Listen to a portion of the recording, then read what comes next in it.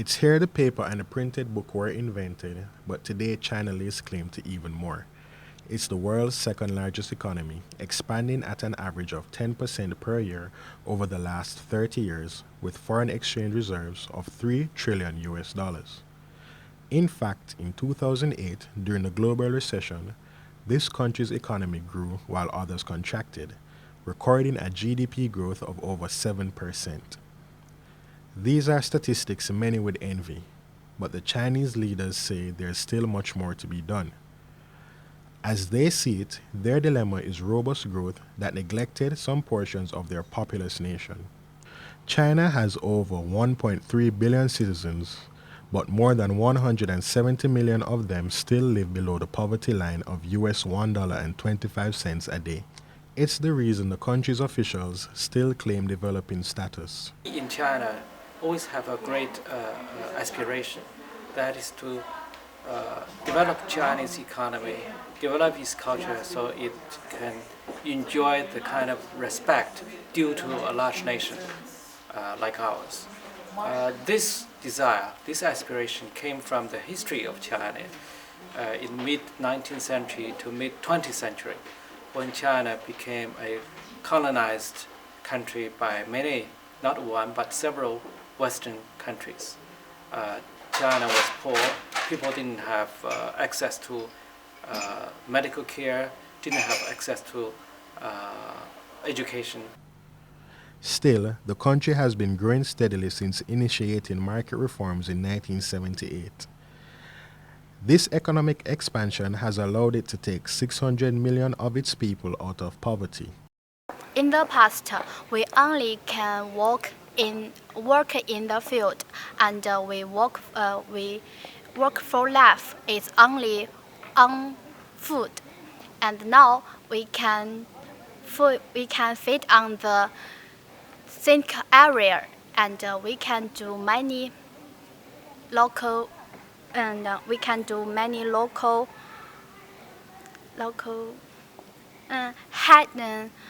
handcraft is make our life better.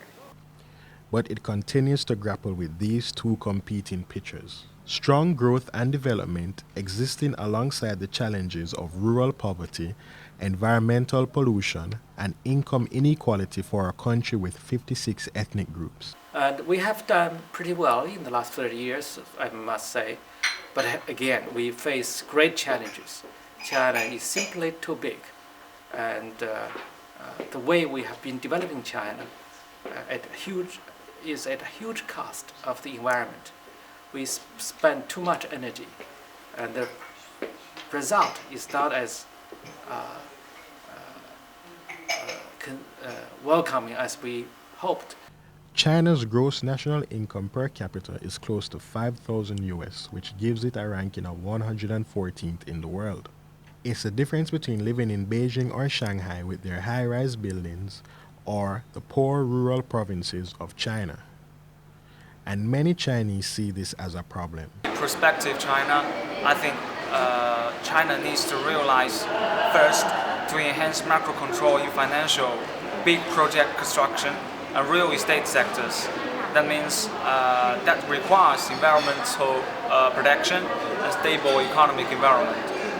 And the second, to reduce the income gap and dwindle the imbalance of regional economy.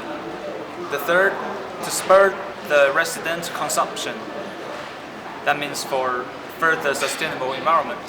And the fourth, to promote political reform against corruption.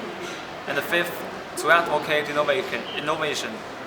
In order to be competitive, these are the main factors and the turning points of China, of the Chinese society, to promote further or whether to sink down. But China's communist leaders are cognizant of this complaint, setting themselves a recent deadline to double GDP income in both rural and urban areas by 2020, or just under 6 years. And so the goal is to shift from a GDP-only growth to one that focuses on human development indices.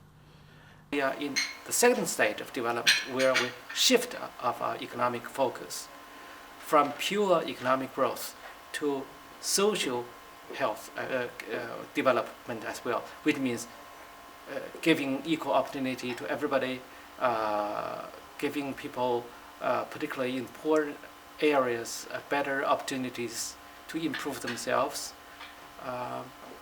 The government is also spending more money developing the western part of China. So that in this way we hope that not only part of China, the whole country can enjoy better life. China's growth is expected to continue in the near future, with one of the country's top think tanks, the Chinese Academy of Social Sciences, projecting its GDP growth to rise to just over 8%. That's up from the over 7.7% recorded last year. But Mr. Yu Yi says China and its leaders must ensure its development doesn't leave the people behind.